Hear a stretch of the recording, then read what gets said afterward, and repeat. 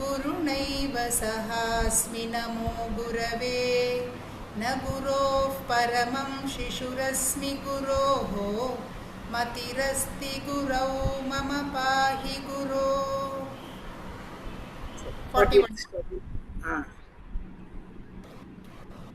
41. Anybody, participants who wants to recite, you can raise your hands. रम्या मुरुगेश नमस्ते मा नमस्ते मा चोल्लुंगा 41 चोल्लुंगा मा प्रचण्डार्तिक्षोभप्रमथन कृते प्रातिभसरित्प्रवाह प्रोद्दण्डी करणजलदाय प्रणमतां प्रदीपाय प्रौढे भवतमसि कामाक्षि चरणप्रसादोन्मुख्याय स्पृहयति जनोऽयं जननि ते. I think Ramya Murugesh, you can repeat while I am teaching new shloka also. Okay, mat. धन्यवाद. Okay, fine. You can make her as panelist for today, Bharati. Okay. Saraswati Balachandra. मारुद्भिः संसेव्या सततमपि चाञ्चल्यरहिता सदारुण्यं यान्ति परिणतिदरिद्रा न सुषमा गुणोत्कर्षान् मञ्जीरजकलकलैस्तर्जनपटुः कालं कामाक्ष्याः परिपादाब्जयुगली. Okay, good. Next. Lalita. Namaskara madam. Namaskara ma. 43rd shloka chalunga.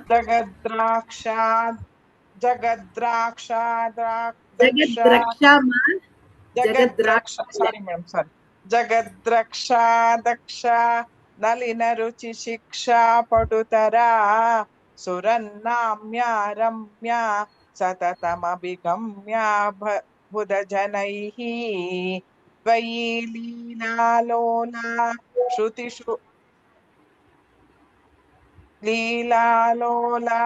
shrutishu surapaladimukuti tati सीमाधामा तव जननी कामाक्षि पदयोः. நீங்க வந்து ஸ்கிரீனை பார்த்து படிக்கிறீங்களா இல்ல ஏதாவது புக் வச்சு படிக்கிறீங்களாமா? Book madam. ஓகே ஓகே சரி சரி right right right okay. Umadevi கரெக்ட்டா வந்து மேடம் கரெக்ட்டா வந்துச்சா? அந்த செகண்ட் ரெண்டாவது பாட்டத்தை படிக்கிறீங்க அவ்வளவுதான். இந்த ரெண்டு பாட்டமும் இருக்கு. ஒன்னும் ப்ராப்ளம் இல்லம்மா. Okay. Thank you madam. Okay. Ram Ram मा. राम राम சொல்லுங்க.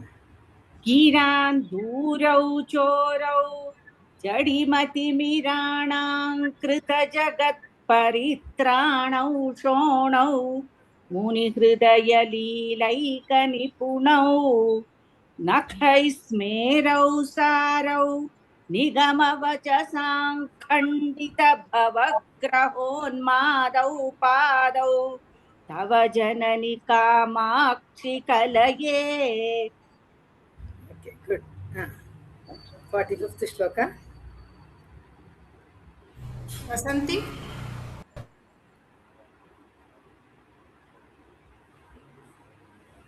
Vasanti. अविश्रान्तं पङ्कं यदभिकलयन् यावकमयं निरस्यन् कामाक्षी प्रणमनजुषां पङ्कमखिलम् तुलाकोटिद्वन्द्वं दददपि च गच्छन्नतुलतां गिरां मार्गं पादः गिरिवरसुते लङ्घयति ते. அந்த தகாரம் எல்லாம் தகாரம் மாதிரி கேட்கறது. ஓகே. சோ கிரிவர சுதே அப்படின்னு கேட்கப்படாது. கிரிவர do you know Tamil? I am talking in Tamil. Tamil தான். சரி.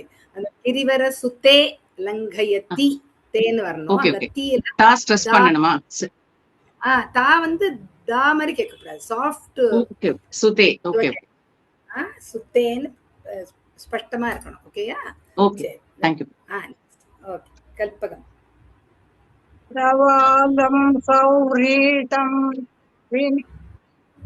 विपिनविवरे वेपयति या मुरलीलं भाला तपमतिकबालं वदति या रुचिं शान्त्यां वन्द्यां विरचयति या वर्तयतु सा शिवं मे कामाक्ष्याः पदनलिनपाटल्यलहरी. இந்த மகா பிராணங்கள்லாம் மட்டும் கொஞ்சம் கவனிச்சுக்கணுமா நீங்க? சரியா? ஓகே.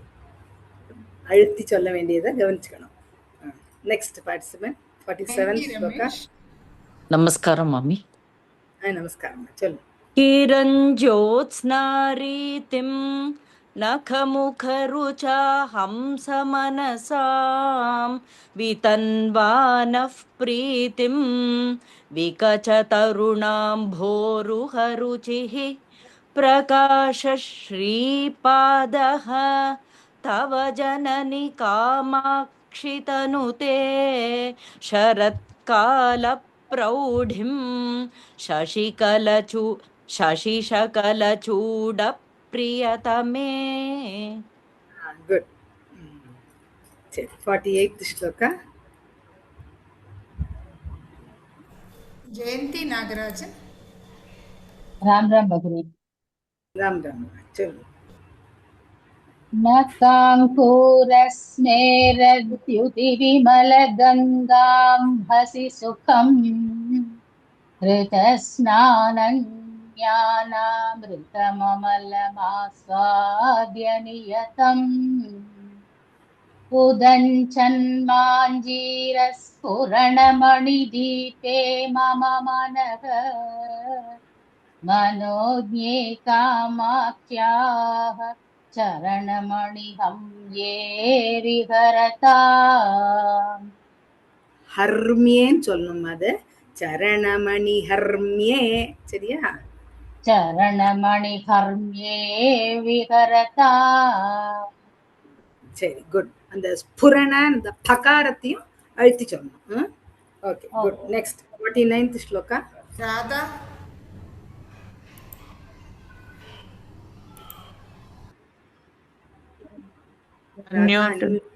ఓకే. சொல்லுங்க. 49th. भवाम्भोधौ नौकां जडिम विपिने पावकशिखाम् अमत्येन्द्रादीनाम् अधिमकुटमुत्तं सकलिकां जगत्तापे ज्योत्स्नामकृतकवचः पञ्जरपुटे सुखस्त्रीं कामाक्ष्या मनसि कलये पादयुगलीम्. Good. 50th श्लोक. कामेश्वरी. नमस्ते मैडम. नमस्ते. चलो. परात्म प्राकाश्य प्रतिफलन चुंचुः प्रणमतां मनोज्ञस्त्वत्पादः मणिमुकुरमुद्रां कलयते यदीयां कामाक्षि प्रकृतिमसृणाः शोधकदशां विधातुं चेष्टन्ते बलरिपुवधूटीकचभराः. Good. 51st श्लोका. Next.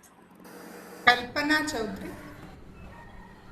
अविश्रान्तं तिष्ठन् अकृतकवच कन्दरपुटी कुटीरान्तं प्रौढां नखरुचिसटालिं प्रकटयन् प्रचण्डं कण्डत्वं नयतु मम कामाक्षि तरसा तमोवेतण्डेन्द्रं तव चरणकण्ठीरवपतिः.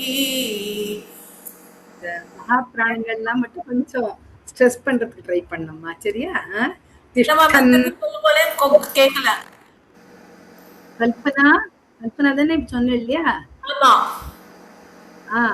திஷ்டன் கண்டீரவபதிஹி அப்படிங்கிறதெல்லாம் வந்து மகா பிராணங்களை ஸ்ட்ரெஸ் பண்ணி சொல்றதுக்கு ட்ரை பண்ணோம் ரெக்கார்டிங் கேட்டு. சரியா? Right right. தேங்க்யூ மாமி. Okay, good. நெக்ஸ்ட் பார்ட்டிசிபென்ட் गीता कृष्णमूर्ति. श्री गुरुभ्यो नमः.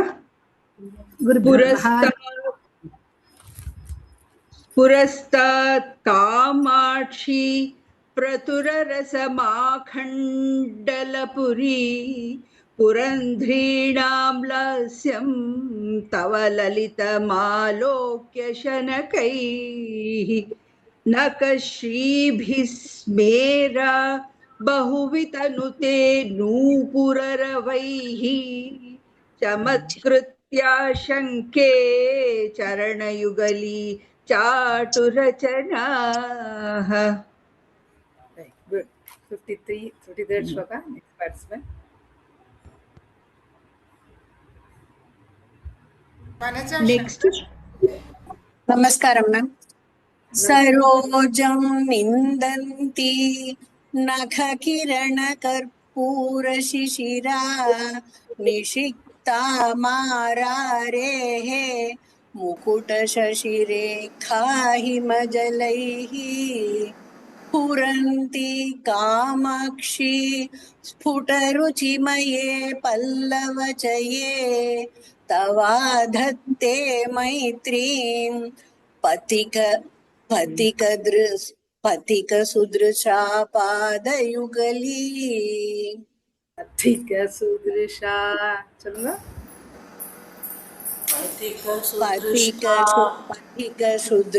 पथिकसुदृशा पादयुगली. யாரும் அன்மியூட் பண்ணிட்டு இருக்கீங்களேம்மா? இந்த மற்றவங்க சொல்றவங்களை தவிர others you should mute yourself. Okay, 54th ஸ்லோகம்மா. நெக்ஸ்ட் பார்ட்டிசிபென்ட் மைथिली அம்மா. மைथिली गौरी शंकर. मैथिली गौरी शंकर. ओके. नतानां 54th அம்மா. चलो 54. नतानां सम्पत्तेः अनवरतमाकर्षणजपः प्ररोहः संसार प्रसरगरिमस्तम्भजनजपः त्वदीयः कामाक्षी स्मररः मनो मोहनजपः पठीयान्नः पायात् पदनलिनमञ्जीरनिनदः. Same shloka. Next participant, you can read once more. Lakshmi Padmanabhan. 54 இன்னொரு வாட்டி போடுங்கம்மா. ராம் ராம்மா. 54 இன்னொரு வாட்டி. नतानां सम्पत्तेः மைथिली गौरी शंकर. மைथिली நீங்க ஒரு வாட்டி சொன்னே இல்லையா அந்த ஸ்லோகம்? அடுத்தது இன்னொருத்தர் இதே ஸ்லோகத்தை சொல்லிருக்கேன். நியூ ஸ்லோகா இல்லையா, அதனால கொஞ்சம் கஷ்டமா இருக்குன்னு I have asked to repeat once more the same shloka. Lakshmi, you can repeat. Yes. नतानां सम्पत्तेः अनवरतमाकर्षणजपः प्ररोहत् संसारप्रसरगरिमस्तम्भनजपः त्वदीयः कामाक्षी स्मरहरमनोमोहनजपः पठीयान्नः पायात् पदनलिनमञ्जीरनिनदः. वसंता राजन. मम शिरसि कामाक्षि कृपया पदाम्भोजन्यासं पशुपरिवृढप्राणदयिते पिबन्धो यन्मुद्रां प्रकटमुपकम्पापरिसरं दृशानानध्यन्ते नलिनभवनारायणमुखाः. Okay, good. We'll move on to the new shloka. The 55th வேணா ஒரே ஒரு வாட்டி Bharathi you can recite ma. After that we'll go to 56th shloka. वितन्वीथा नाथे मम शिरसि कामाक्षि कृपया पदाम्भोजन्यासं पशुपरिबृढप्राणदयिते पिबन्तो यन्मुद्रां प्रकटमुपकम्पापरिसरं दृशानानन्द्यन्ते नलिनभवनारायणमुखाः.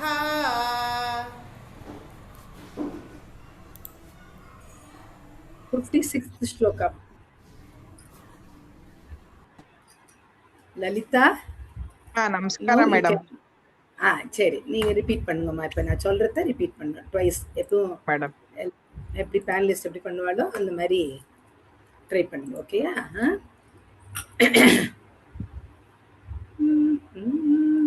பிரணாம பிரணாம 2 times ரிப்பீட் பண்ணுமா. பிரணாம உத்யத் உத்யத் உத்யத். அதாவது நான் சொல்றது கரெக்டா கவனிச்சு சொல்லணுமா. உத்யத் உத்யத் தாரக பிருந்தாரக பிரணாமோத்யத் பிருந்தாரக பிருந்தாரக பிரணாமோத்யத் பிருந்தாரக. யாரோ மியூட் அன்மியூட் பண்ணு.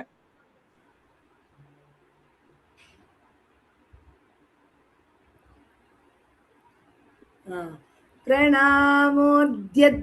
ಇದು ಬೃಂದಾರಕ ವೃಂದಾರಕ ಎರಡು ಪಾಠ.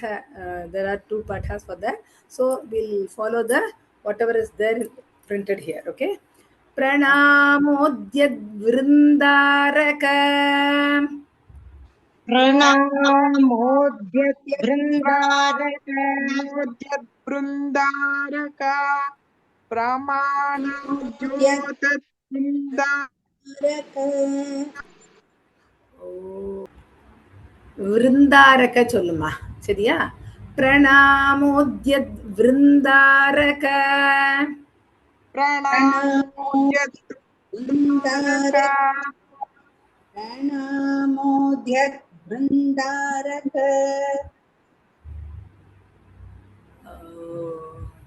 Both names are Lalita, no? That's why she got confused, I think. Lalita Swaminathan. Now Lalita V is repeating. Please mute yourself, okay?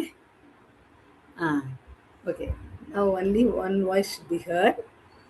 You can mute yourself, and video also you can switch it off, no problem. Now Lalita V is going to repeat after I tell. Okay?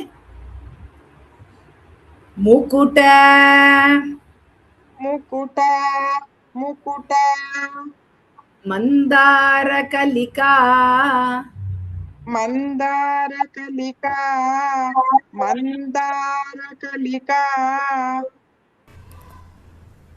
ಪ್ರಣಾಮೋದ್ಯದ್ವೃಂದಾರಕ ಮುಕುಟ Mandara ಕಲಿಕಾ ಪ್ರಮಾಣಮೋದ್ಯತ್ ವೃಂದಾರಕ ಮುಕುಟ ಮಂದಾರ ಕಲಿಕಾ ಪ್ರಣಾಮೋದ್ಯತ್ ಪ್ರಮಾಣಮೋದ್ಯತ್ Lalita, it's not pramana, it is pranama. ಪ್ರಣಾಮೋದ್ಯೋದ್ವೃಂದಾರಕ ಮುಕುಟ Mandara ಕಲಿಕಾ ವಿಲೋಲತ್ ವಿಲೋಲತ್ ವಿಲೋಲತ್ ಲೋಲಂಬ ಲೋಲಂಭ ಲೋಲಂಭ ಪ್ರಕರಮಯ ಪ್ರಕರಮಯ ಪ್ರಕರಮಯ ಧೂಮ ಧೂಮ ಧೂಮ प्रचुरिमा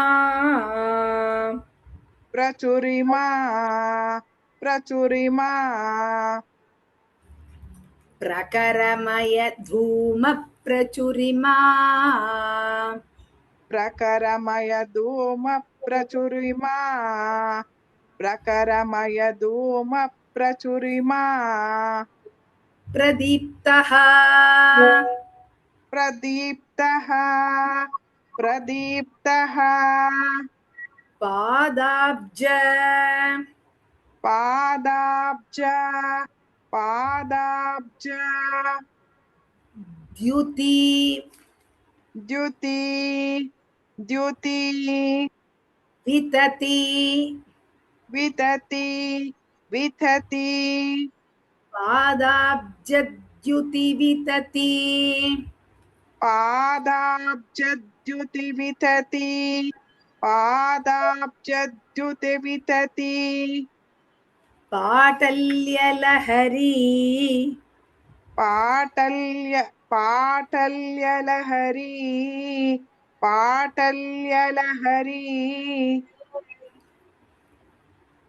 कृशानुः कृशानुः कृशानुः कामाक्ष्याः कामाक्ष्याः कामाक्ष्याः कृशानुः कामाक्ष्याः कृशानुः कामाक्ष्याः कृशानुः कामाक्ष्याः मम दहतु मम दहतु मम दहतु संसारविपिनम् संसारविपिनम् संसारविपिनम् मम दहतु संसारविपिनम् मम दहतु संसारविपिनम् मम दहतु संसारविपिनम् Okay, now Bharati, you can repeat the same shloka. धन्यवादः madam. Dhanyavadaha ma. You can switch on your video also if you are wearing ethnical dress. Okay, from next time. Pranamo Vrindaraka Mukuta Mandara Kalika.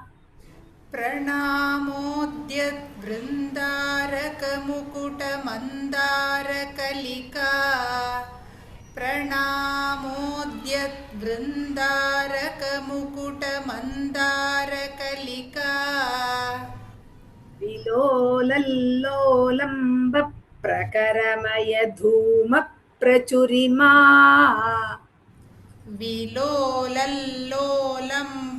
प्रकरमय धूम प्रचुरिमा विलोलल्लोलम्ब प्रकरमय धूम प्रचुरिमा प्रणामोद्यत् वृन्दारकमुकुटमन्दारकलिका विलोलल्लोलम्ब प्रकरमय धूम प्रचुरिमा प्रणामोद्यत् वृन्दारकमुकुटमन्दारकलिका विलोलल्लोलम्ब प्रकरमय धूम प्रचुरिमा विप्रणामोद्यत् वृन्दारकमुकुटमन्दारकलिका प्रणो विलोलोलम्ब प्रकरमय विलोलल्लोलम्ब प्रकरमय धूम प्रचुरिमा प्रदीप्तः पादाब्जद्युतिवितति पाटल्यलहरी प्रदीपः पादाब्जद्युतिवितति पाटल्यलहरी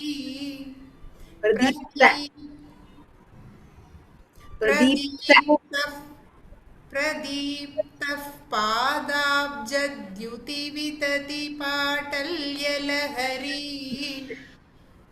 कृशानुः कामाक्ष्याः मम दहतु संसारविपिनम् कृशानुः कामाक्ष्याः मम दहतु संसारविपिनम् कृशानुः कामाक्ष्याः मम दहतु संसारविपिनम् प्रदीप्तः पादाब्जद्युतिवितति पाटल्यलहरी कृशानुः कामाक्ष्याः मम दहतु संसारविपिनम् प्रदीप्तः पादाब्जद्युतिवितति पाटल्यलहरी कृशानुः कामाक्ष्याः मम दहतु संसारविपिनम् प्रदीप्तः पादाब्जद्युतिवितति पाटल्यलहरी कृशानुः कामाक्ष्याः मम दहतु संसारविपिनम्. Can recite fully.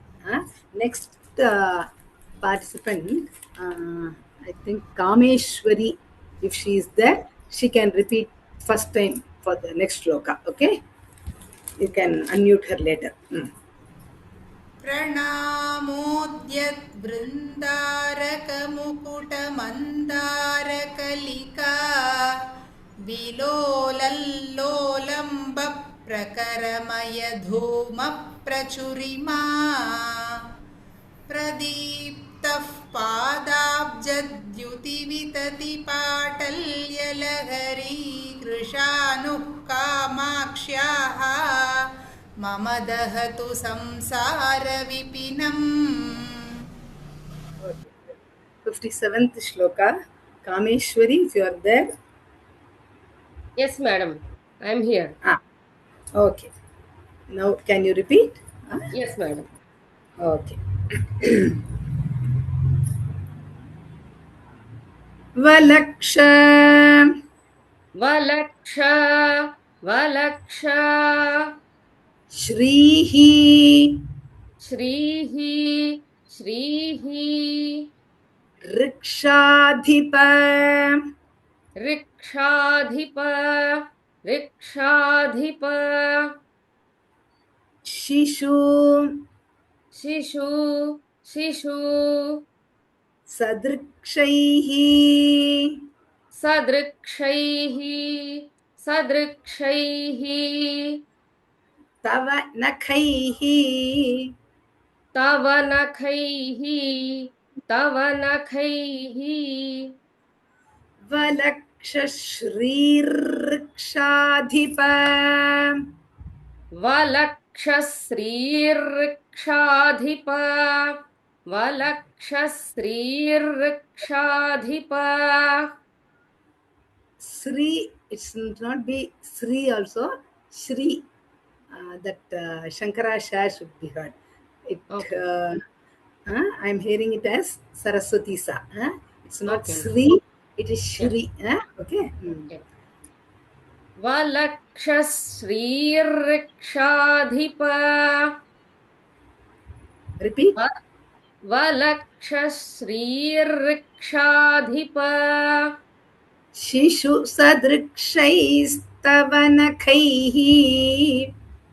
Shishu sadrikshaistavanakaihi. Shishu sadrikshaistavanakaihi. Valaksha shririkshadhipa shishu sadrikshaistavanakaihi. Valakshasririkshadhipa shishu sadrikshaistavanakaihi. Valakshasririkshadhipa shishu sadrikshaistavanakaihi. Shri is heard a little different. Okay, you have to correct it later. Okay. Jigrikshuhu. Jigrikshuhu. Jigrikshuhu. Dakshatvam. Dakshatvam. Dakshatvam. जिघृक्षुर्दक्षत्वम् जिघृक्षुर्दक्षत्वम् जिघृक्षुर्दक्षत्वम् सरसिरुह सरसिरुह सरसिरुह भिक्षुत्वकरणे भिक्षुत्वकरणे भिक्षुत्वकरणे जिघृक्षुर्दक्षत्वम् सरसिरुह भिक्षुत्वकरणे जिघृक्षुर्दक्षत्वम् सरसिरुह भिक्षुत्वकरणे जिघृक्षुर्दक्षत्वम् सरसिरुह भिक्षुत्वकरणे क्षणान्मे क्षणान्मे क्षणान्मे Kamakshi Kamakshi Kamakshi क्षणान्मे Kamakshi क्षणान्मे Kamakshi क्षणान्मे Kamakshi क्षपित क्षपित क्षपित भव संक्षोभ भव संक्षोभ भव संक्षोभ गरिमा गरिमा गरिमा क्षपित भव संक्षोभ गरिमा क्षपित भव संक्षोभ गरिमा क्षपित भव संक्षोभ गरिमा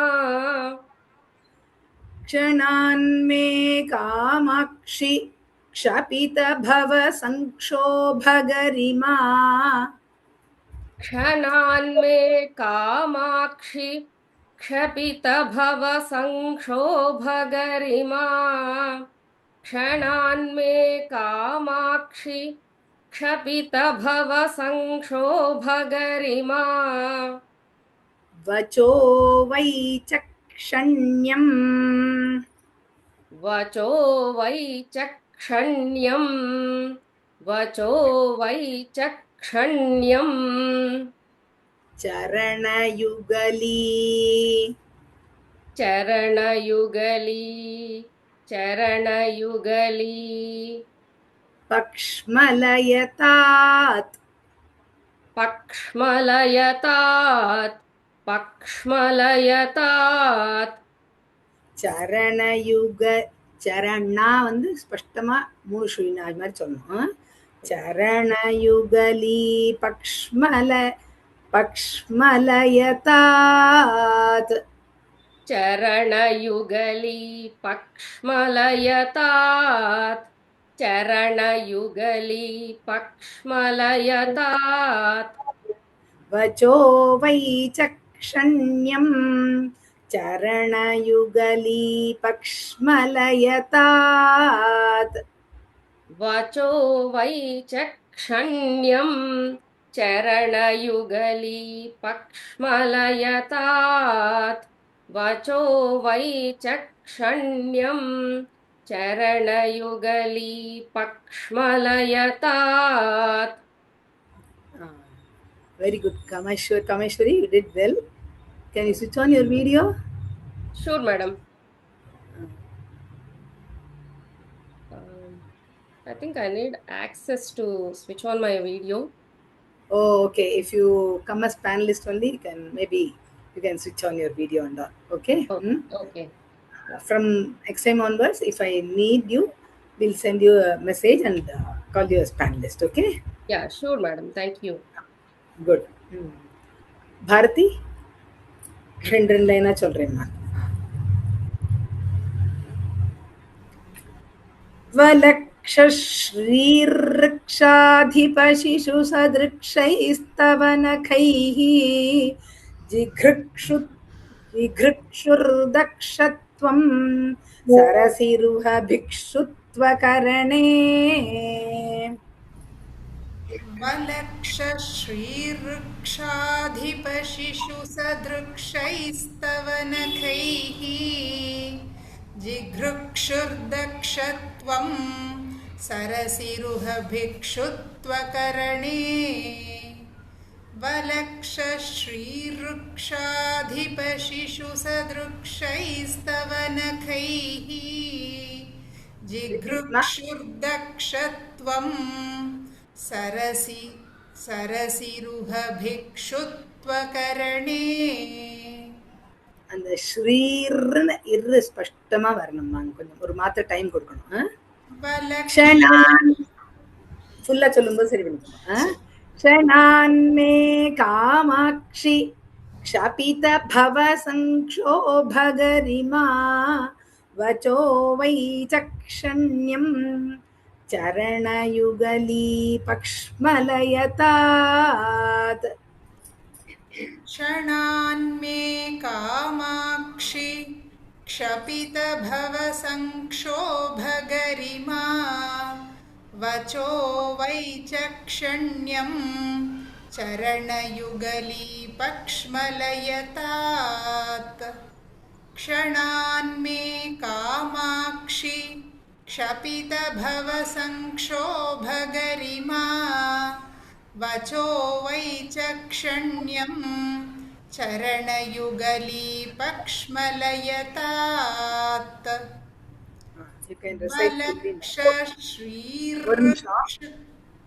One minute. Next, one more shloka I'll teach. For that, Lakshmi Padmanabhan can repeat the shloka. Okay, you can unmute her later. वलक्षश्रीवृक्षाधिपशिशुसदृक्षैस्तव नखैः जिघृक्षुर्दक्षत्वं सरसिरुहभिक्षुस्तव करणे सरसिरुहभिक्षुस्त्वकरणे Vikshutva. Nurvati. वलक्षश्रीवृक्षाधिपशिशुसदृक्षैस्तव नखैः जिघृक्षुर्दक्षत्वं सरसिरुहभिक्षुस्त्वकरणे सरसिरुहभिक्षुत्वकरणे. वलक्षश्रीवृक्षाधिपशिशुसदृक्षैस्तव नखैः जिघृक्षुर्दक्षत्वं सरसिरुहभिक्षुत्वकरणे. क्षणान्मे Kamakshi क्षपितभवसंक्षोभगरिमा वचो वैचक्षण्यं चरणयुगली पक्ष्मलयतात्. We'll move on to the next shloka. என்ன பேர் சொன்னேம்மா? லக்ஷ்மி பத்மநாபன். ராம் ராம். ராம் ராம்மா. நீ சொல்றீங்களா? இப்ப நான் சொல்றதை 2 times repeat பண்ணுங்க. சரியா? समन्तात् समन्तात् समन्तात् कामाक्षि कामाक्षि कामाक्षि समन्तात् कामाक्षि समन्तात् कामाक्षि समन्तात् कामाक्षि. ஃபேன் ரொம்ப பெருசா ஓடுறதம்மா, சத்தமா இருக்கு சொல்லும்போது. கொஞ்சம் சின்னது பண்ணிக்கோங்க.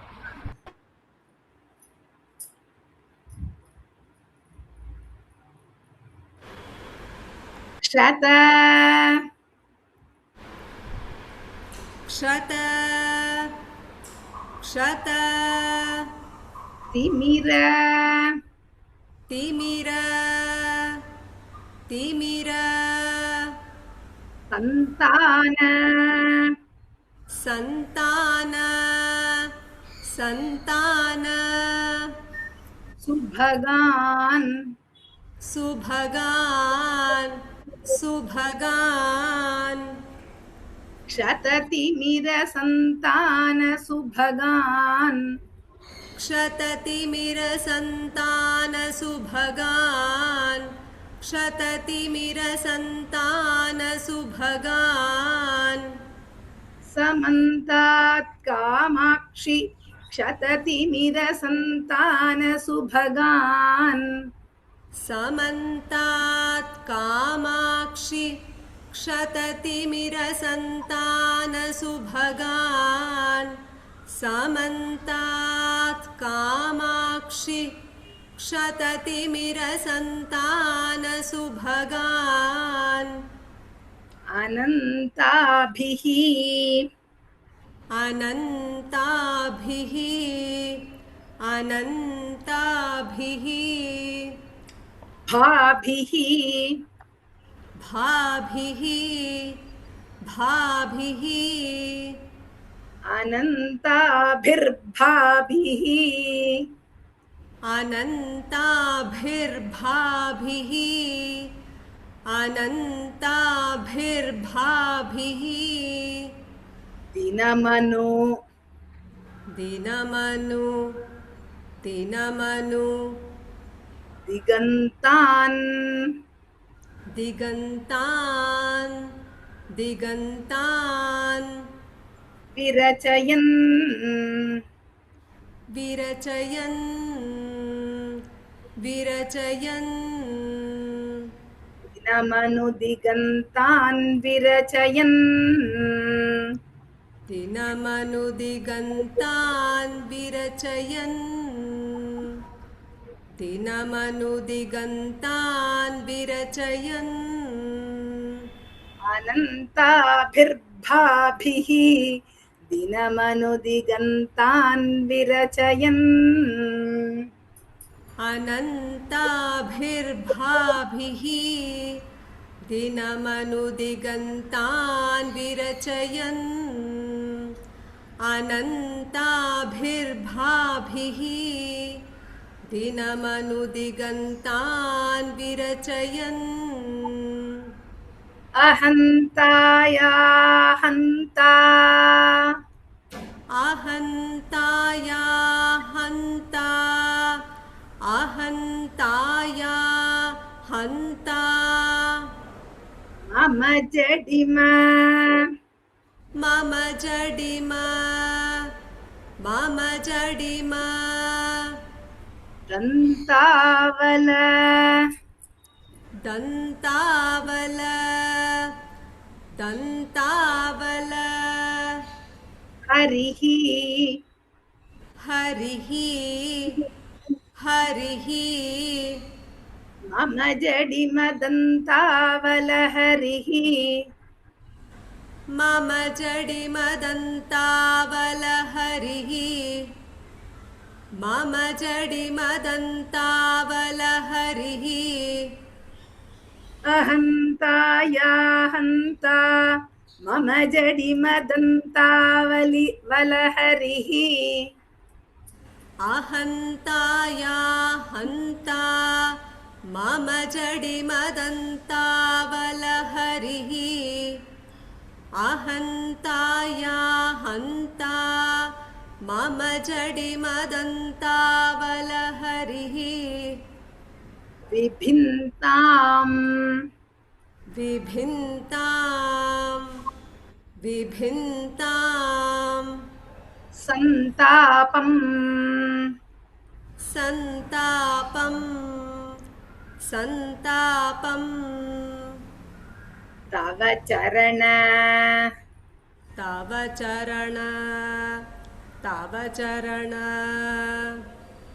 तामणिरसौ चिन्तामणिरसौ चिन्तामणिरसौ विभिन्तां सन्तापं तव चरणचिन्तामणिरसौ विभिन्तां सन्तापं तव चरणचिन्तामणिरसौ विभिन्तां सन्तापं तव चरणचिन्तामणिरसौ. Right, very good. Lakshmi Padmanabhan. Thanks. Next time onwards, if we need, we'll send you a mail or inform you that you have to be a panelist or something like that. Okay? Yes. Good. Okay. Sure. Thank you. You are attending the class regularly, right? Yes. Yes. Yes. Regularly. Okay. Right. Okay. Good.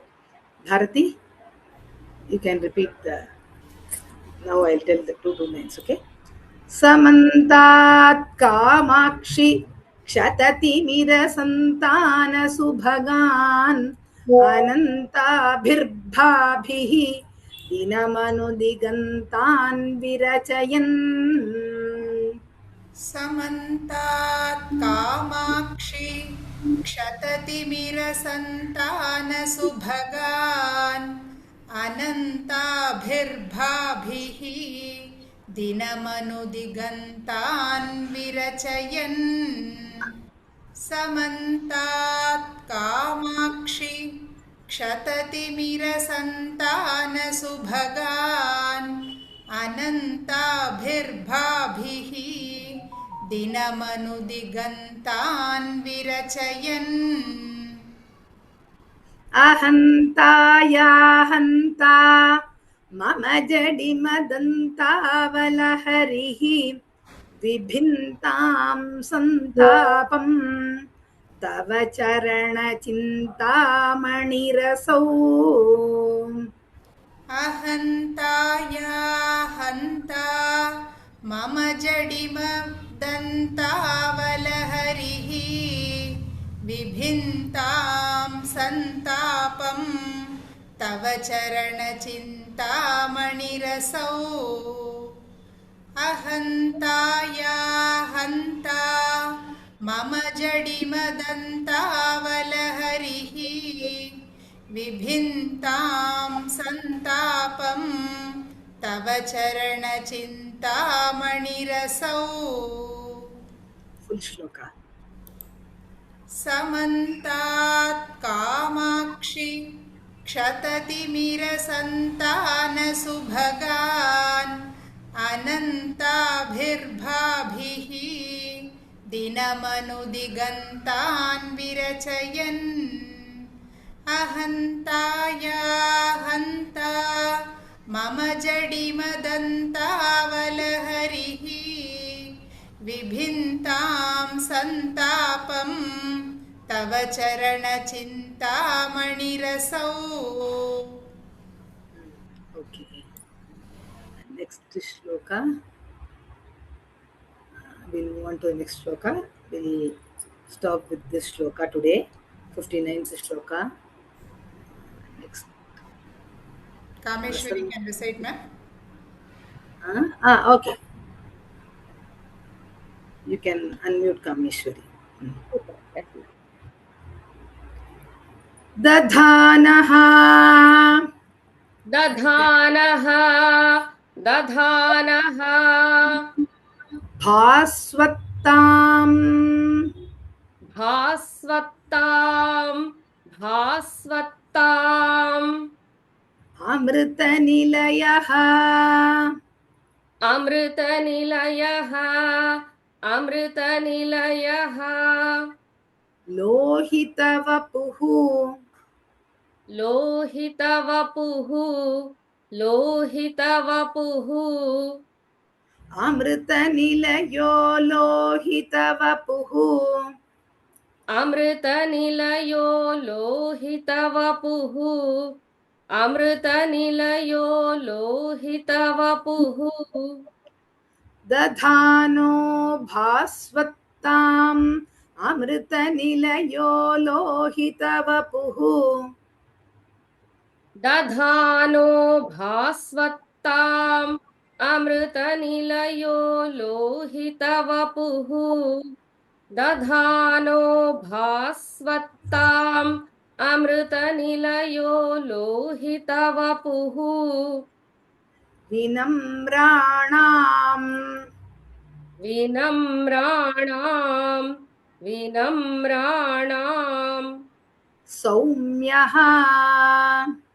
सौम्यः सौम्यः विनम्राणां सौम्यः विनम्राणां सौम्यः विनम्राणां सौम्यः गुरुरपि गुरुरपि गुरुरपि कवित्वं च कवित्वं च कवित्वं च गुरुरपि कवित्वं च गुरुरपि कवित्वं च गुरुरपि कवित्वं च कलयन् कलयन् कलयन् विनम्राणां सौम्यः गुरुरपि कवित्वं च कलयन् विनम्राणां सौम्यः गुरुरपि कवित्वं च कलयन् विनम्राणां सौम्यः गुरुरपि कवित्वं च कलयन् गतौ मन्दः गतौ मन्दः गतौ मन्दः गङ्गाधर गङ्गाधर गङ्गाधर महिषि महिषि महिषि गतौ मन्दो गङ्गाधर महिषि गतौ मन्दो गङ्गाधर महिषि गतौ मन्दो गङ्गाधर महिषि कामाक्षि भजताम् कामाक्षि भजताम् कामाक्षि भजताम् गतौ मन्दो गङ्गाधर महिषि कामाक्षि भजताम् गतौ मन्दो गङ्गाधर महिषि कामाक्षि भजताम् गतौ मन्दो गङ्गाधर महिषि कामाक्षि भजताम् तमः तमः तमः केतुर्मातः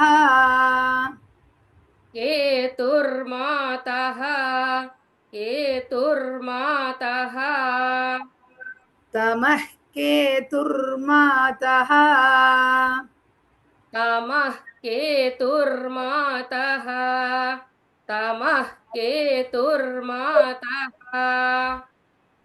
तव चरणपद्मः तव चरणपद्मः तव चरणपद्मः विजयते विजयते विजयते तव चरणपद्मो विजयते तव चरणपद्मो विजयते तव चरणपद्मो विजयते Okay, good. You are also attending class regularly, right, Kameshwari? Yes madam, I am. Okay, fine. We'll contact you later, okay, ma? Yeah, sure madam.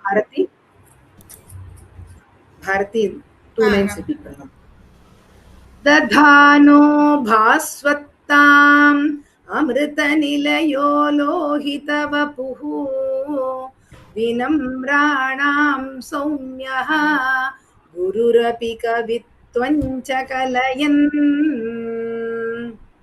दधानो भास्वत्ताम् अमृतनिलयो लोहितवपुः विनम्राणां सौम्यः गुरुरपि कवित्वं च कलयन् दधानो भास्वत्ताम् अमृतनिलयो लोहितवपुः विनम्राणां सौम्यः गुरुरपि कवित्वं च कलयन् गतौ मन्दो गङ्गाधरमहिषि कामाक्षि भजतां तमः केतुर्मातः तव चरणपद्मो विजयते गतौ मन्दो गङ्गाधरमहिषि कामाक्षि भजतां तमः केतुर्मातः तव चरणपद्मो विजयते गतौ मन्दो गङ्गाधरमहिषि कामाक्षि भजतां तमः केतुर्मातः तव चरणपद्मो विजयते फुल श्लोक दधानो भास्वत्ताम् अमृतनिलयो लोहितवपुः विनम्राणां सौम्यः गुरुरपि कवित्वं च कलयन् गतौ मन्दो गङ्गाधरमहिषि कामाक्षि भजतां तमः केतुर्मातः तव चरणपद्मो विजयते दधानो भास्वत्ताम् अमृतनिलयो लोहितवपुः विनम्राणां सौम्यः गुरुरपि कवित्वं च कलयन् गतौ मन्दो गङ्गाधरमहिषि कामाक्षि भजतां तमः केतुर्मातः तव चरणपद्मो विजयते. We'll recite all the 4 shlokas now. I'll recite now. प्रणामोद्यद्वृन्दारकमुकुटमन्दारकलिका विलोलल्लोलम्ब प्रकरमय धूमप्रचुरिमा प्रदीप्तः पादाब्जद्युतिवितति पाटल्यलहरी कृशानुः कामाक्ष्याः मम दहतु संसारविपिनम्. नेक्स्ट. वलक्षश्रीर्ऋक्षाधिप शिशुसदृक्षैस्तव नखैः वलक्षश्रीर्ऋक्षाधिप शिशुसदृक्षैस्तव नखैः जिघृक्षुर्दक्षत्वं सरसिरुह भिक्षुत्वकरणे क्षणान्मे कामाक्षि क्षपित भव संक्षोभगरिमा वचो वैचक्षण्यं चरणयुगली पक्ष्मलयतात्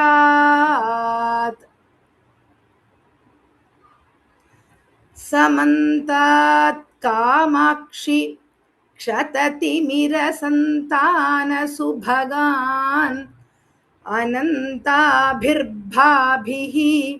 दिनमनुदिगन्तान् विरचयन् अहन्तायाहन्ता मम जडिमदन्तावलहरिः विभिन्तां सन्तापं तव चरणचिन्तामणिरसौ.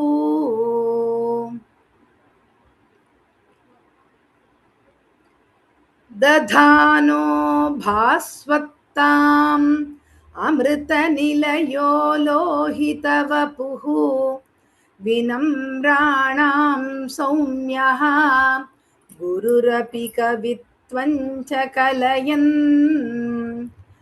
गतौ मन्दो गङ्गाधरमहिषि कामाक्षि भजतां तमः केतुर्मातः तव चरणपद्मो विजयते. Okay, we'll continue with the 60th shloka next week. Okay, anybody who has raised the hand, next week also we'll be revising. We'll call you next time. Okay, now time is up. We'll finish the class now. बुद्धिर्बलं यशोधैर्यं निर्भयत्वमरोगता अजाड्यो वाक्पटुत्वं च हनूमत्स्मरणात् भवेत्. मनोजवं मारुततुल्यवेगं जितेन्द्रियं बुद्धिमतां वरिष्ठं वातात्मजं वानरयूथमुख्यं श्रीरामदूतं शिरसा नमामि. श्रीरामदूतं शरणं प्रपद्ये. जय सीताराम. राम राम राम.